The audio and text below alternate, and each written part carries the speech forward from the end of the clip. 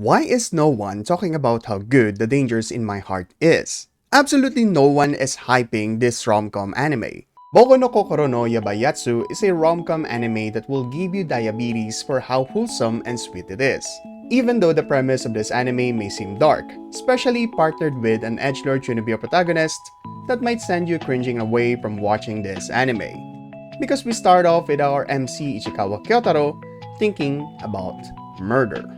And I get why many people suddenly drop this anime from the first minute of episode 1. Wannabe dark edgy characters suffering from Chunibyo are really hard to watch. And I can only name 3 characters off the top of my head that perfectly deliver this character stereotype. Rika from Love, Chunibyo, and Other Delusions because she's so moe, Seed because atomic, and Megumin because she's so adorable.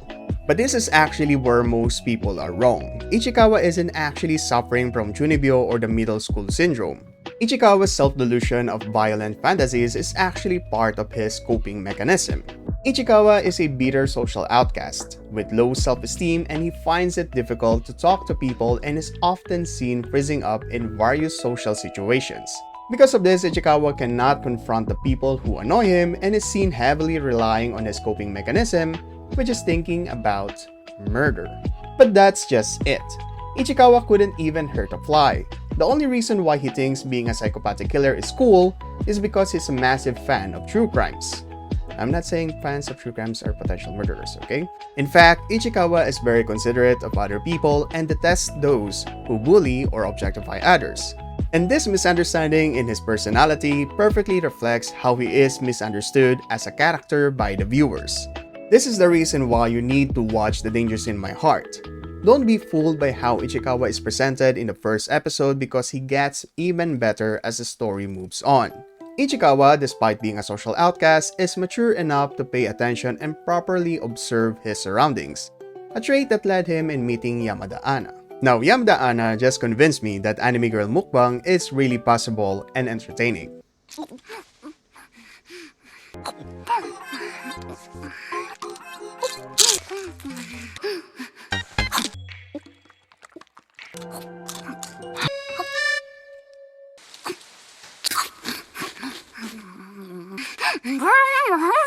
Now, I know people might just say that Yamada Anna is just a reskin of other female protagonists of recent popular rom-com anime. Yes, you are correct.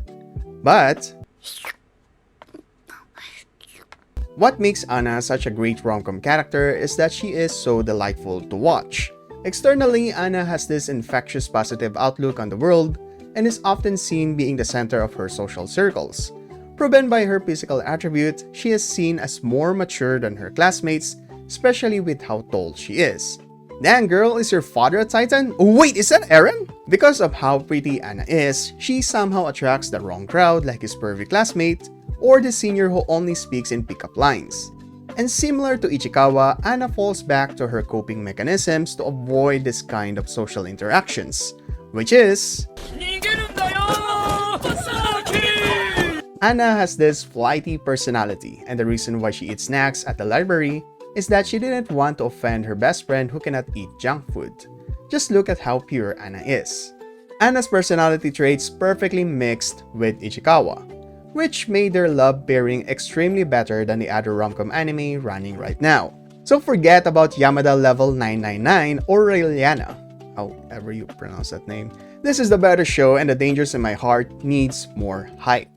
And I have to talk about how freaking amazing the opening is. Shayo by Yoroshika is an amazing song that absolutely captures the kind of relationship Ichikawa and Anna has and what it will develop into.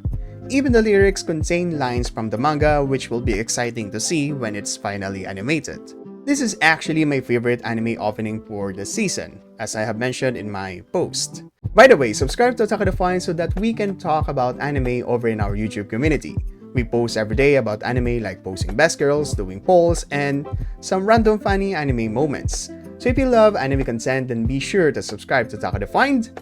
Anyway, the opening sequence of The Dangers in My Heart is also artistically done, with Ichikawa's side having this gloomy, distorted art that feels similar to Salvador Dali's surrealism style, while Anna's side is the pastel, brightly colored artwork that is slowly bringing colors to Ichikawa's side, as he slowly gets pulled in by Anna's positive personality and ending the sequence with them together. The production of this anime is so good, and The Dangers in My Heart deserves more hype.